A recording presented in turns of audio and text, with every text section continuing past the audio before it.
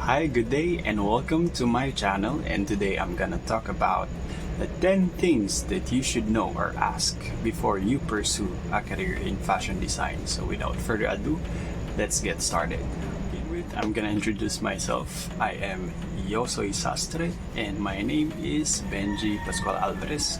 I'm a fashion designer from the Philippines, and I live in Zamboanga City. So to tell you about fashion today, the number one question is, are you into arts? Because as we grow up, we tend to discover if we are into arts or if we are into academics, or we can mix both. So if you're the kind of child growing up who loves, all the figures, colors, and you love sketches and, just creating stuffs. So if you're into arts, maybe fashion is for you.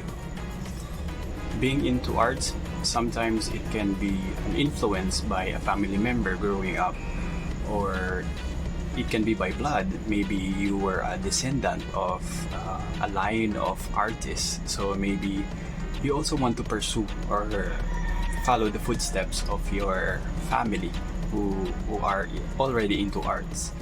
The number two question is, are clothes essential? For me, it's yes, because it's one of the basic needs of us humans. Sometimes whenever we see someone who dress up so well, we tend to place prejudice against that person, telling like he or she is showing off. Many people tend to go for the simpler and more comfortable side, but some people also would love to experiment and go wild with their clothing. So for me, it is essential, and it is a part of us.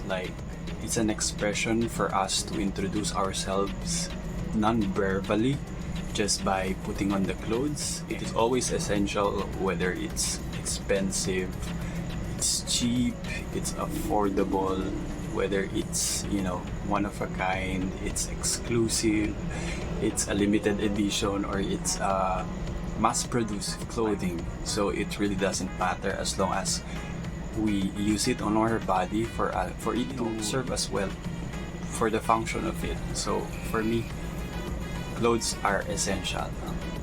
The number three question is, do you need to enroll yourself in a fashion school, or can it be self-taught? For me, the answer is both. It can be whether you go to school, get a proper education about fashion, or you can also research about fashion. And sometimes it's all about the personal taste that really matters, because some people are really born, or they have an innate taste for art. So it doesn't matter whether you went to a fashion school or you're just insanely blessed with taste for fashion. And sometimes the misconception of other people regarding these individuals like me who went to fashion, as if we just love art, and some people may treat us like we're not professionals, but it is actually our bread and butter. And thankfully, God has bestowed us with these talents, and we're able to hone, develop, and somehow master the craft, the career that we chose. Sometimes we get what we do not deserve, and many artists really deserves a recognition. So it really depends. The number four question is, what is the design process? There are actually a lot, and there's actually no specific formula of how you start with a design, because sometimes, like I myself, I turn on I play any music, then I'll just let the emotion flow. Or sometimes when I meet a client and this client needs this specific type of clothing, so it will always depend on the situation, because sometimes you are designing from your emotion, and sometimes you design for the happiness or for the satisfaction of your client. And then sometimes you just want to express and you want to showcase the kind of, the inspiration or the things that really matter by, taking a photograph or making a fashion show. So it really depends on the process and how you show it to the world. And when it comes to clients, the number one question is where and when will he or she will wear the clothes that they need. So you really have to consider that, whether it's in the evening or whether it's outdoor, in the daytime, or for anything. And you also need to know the personality of the client before you recommend a kind of design that suits him or her. Or sometimes you can meet halfway, because nowadays clients do know the things that they want, and they also know what looks good on them, and do a collaboration. So at the end of the day, the client is happy wearing the kind of dress or clothing that they really want, and you just you can tweak it a little bit. And you should always be honest and be frank whenever a client is telling you, like, I want that. But in all honesty, the design and the kind, it will always depend on the kind of fabric, the kind of occasion, the kind of, there are so many things to consider, and you should be frank and you should be honest about whether changing or not changing a design that will best suit for the client at that specific occasion. So the number 5 question is, does this career pay the bills?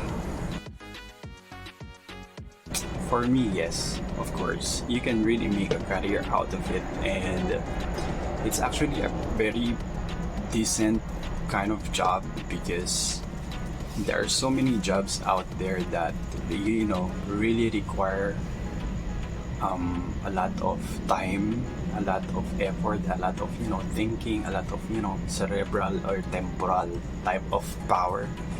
And I think with fashion or fashion design, it can pay the bill as long as you're really driven and you're really patient, because what really matters in fashion and fashion design is really time. So whenever you are quick and you're adequate in all the skills that it needs, and I don't think so if you're gonna have a problem. But I'm not telling that your whole career is gonna be perfect, because I myself had experienced a lot of drawbacks, a lot of troubles dealing with clients and meeting with deadlines. So it will always depend, and whether or not you are telling yourself that you are an artist, fashion is still a business. So the clothes or the stuffs that you make should always sell. So you always make it a point to study the market, whether you go outside, you observe what people are buying on the counter, so you see what are the type of clothes that appeal to the market as of the present moment. Or you should always be watchful of your surrounding, and it should always be appealing to the market. I've heard a lot of success stories all over the Philippines and all over the world, from the start up to the present, how they developed, how they enriched, and how they lift their brands up. It's really about patience, it's about hard work, and it's just a proper timing of everything, because nothing really happens by accident. It's really a choice. And if you really want to make it big, if you're driven, you're gonna make it big. The number 6 question is there a fixed schedule in fashion? For me, there's actually none. Some jobs require going in 8 a.m. then going home at 5 p.m. But in fashion, yes, you can implement that, but as the head, as a fashion designer, your mind will run like a guinea pig 24/7. You'll always think of the orders of the clients, the projects that you have to fulfill, and then you also have to consider a lot of trends coming in. You also need to innovate a lot of ideas that you have already in mind, and sometimes the designs evolve eventually. So the mind is very restless, and so is the body. So I think, and so fashion really does not have a fixed schedule, because we stay up late when the situation calls for it. We go for overtime, and sometimes the situation changes. Sometimes the client will ask for some additional order or some additional detail to the clothing that they want. So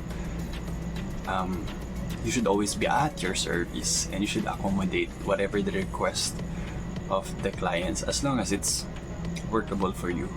So you can be an owl. You can wake up at 9, you can wake up at 2 p.m, you can wake up at, as long as you do the job, there's no fixed time, as long as you meet the deadline. That's the most important thing, which I personally sometimes mess up.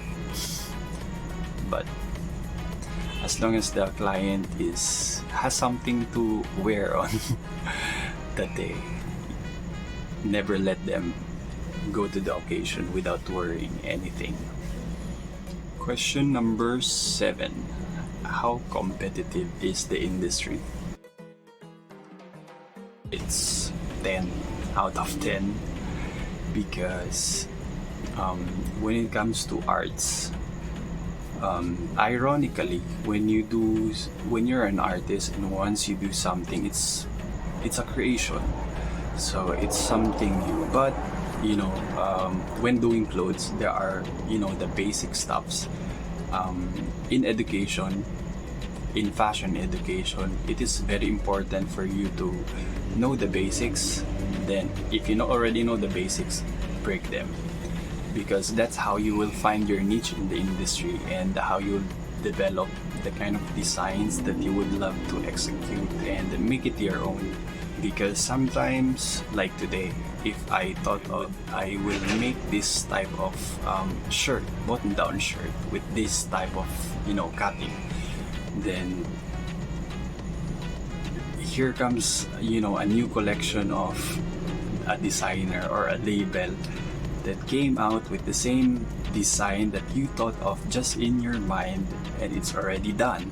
It's already visualized, realized. So it's very competitive, and you should always be aware of the things that are the creations that other designers already did, because sometimes people can judge you as if you copied their design, but sometimes you're just not fully aware that these clothes already, or these designs already exist, and sometimes you're not just aware. So pretty much, if you really want to be in the circulation, you should always be updated with the kind of trends, or the new season that came out.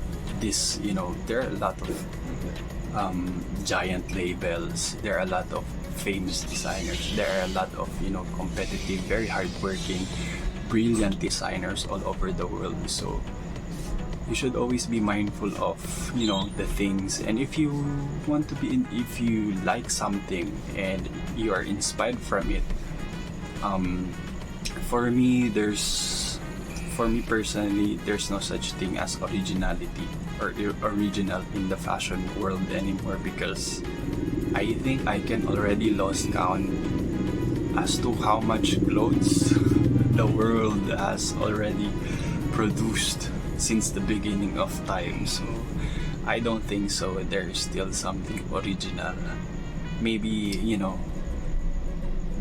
this creation are just hidden in any part of the world that not everyone has seen. So for me, no one is original anymore, and as long as your clients are happy, that's the most important thing, and you sell. Number 8 question: can you differentiate personal versus client design? I always put myself aside, and I always ask the client the type of clothes that they need for a certain occasion. And sometimes these clients will give you the entire creative freedom to create the type of clothes that you think that will suit them well. And sometimes clients also have a design in mind, so you should always also consider that, so that at the end of the day both of you are happy. So whenever you have a client and they recommend a design that they would like you to execute for them, but you should always consider their body type so that you can make the design better for the kind of body that they have, so that you can recommend the best fabric to be used for the clothing. Question number 9 is how to be continually creative. There's no perfect formula for it. For me, whenever I do a collection, it will always start from the season. Like here in the Philippines, we only have 2 seasons. It's rainy or sunny. But here in Zamboanga City, where I live, it's always sunny. So I always think of designs that are breezy, that are comfortable, because the weather here is very humid. And although we have establishments that are air conditioned and posh, but I always think of the comfort of the client. You also need to continually research about color combinations, the type of cutting, the type of fabrics there are available in your area or that you can source from other places. Nowadays things are very much possible. You can order things online and it will be just delivered onto your doorstep, so everything is convenient already. So for you to be continually innovative and creative, there's pretty much a lot of influences, inspiration around us. It can be our family, it can be the type of flower that we encounter every day, it can be a type of clouds formation of clouds that we saw the other day. It can be anything, so it will depend on the season. So whether it's summer, so if you're thinking you would love to experiment or explore about the animal kingdom, so you're thinking of animal prints, you're thinking of textures, so you can also infuse that on your collection or the clothes that you're gonna be making. So it will always depend on your creativity, your imagination, and how you would love your clothes to be like. So the last question number 10: are there any specialty or forte in fashion?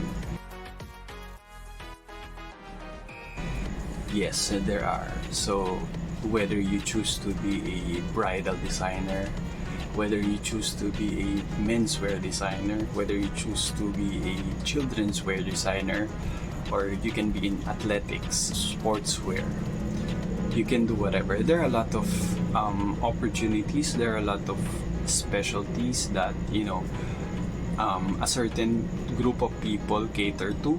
And for me personally, I tend to develop menswear recently because that's what I want to develop. I would really love to study more about tailoring. I used to do women's wear, like I do gowns. I also do children's wear, and I just really enjoyed doing menswear because I also get to make clothes for myself. That's why I made this channel, for you to see the process of how I make clothes for myself.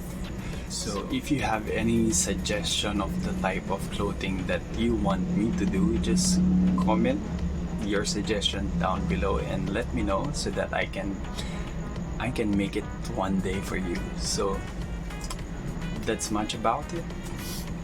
And if you have any other suggestion, or if you would love to add about it, just comment it on the comment section below. And thank you so much for watching. Don't forget to like and subscribe. Yo soy Sastre, and please continue to support so that we can grow our community and let fashion be a normal thing, so that we can all celebrate creativity. And it may not be an indication of showing off, and as if we are thinking and feeling as if we're better than the other just by wearing a type of clothing. No, it's not about. It's about individuality and just expressing and just feeling good about yourself.